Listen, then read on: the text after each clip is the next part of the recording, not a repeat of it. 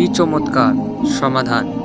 যখন আমি কষ্ট পাই, কুরআন বলে, নিশ্চয়ই কষ্টের সাথে স্বস্তি রয়েছে। সূরা ইসরা। যখন আমি সুখ চাই, কুরআন বলে, আল্লাহ কষ্টর পরেই সুখ দেবেন। সূরা তালাক। যখন আমি প্রিয় জিনিসটা পেলাম না, কুরআন বলে, তোমরা হয়তো এমন জিনিস পছন্দ করো যা তোমাদের জন্য অকল্যাণকর। সূরা বাকারা।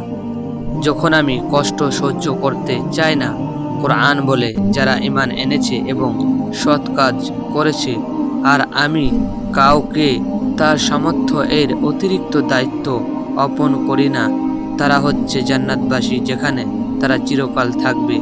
সূরা আরাফ। যখন আমি আল্লাহর সাহায্য চাই, কুরআন বলে, ভেঙে পড়ো না, নিরাশ হয়ো না, আল্লাহর সাহায্য আসবে, এটা আল্লাহর ওয়াদা, জেনে রেখো, আল্লাহর সাহায্য অতি নিকটে। সূরা বাকারা। যখন আমি হতাশা থাকি, কুরআন বলে, আল্লাহর ওপর ভরসা করো যদি তোমরা বিশ্বাসী হও। সূরা মাঈদা। যখন আমি ধৈর্য ধারণ করি, কুরআন বলে, যারা সবরকারী তারা পুরস্কার পান অগণিত। সূরা জুমআ।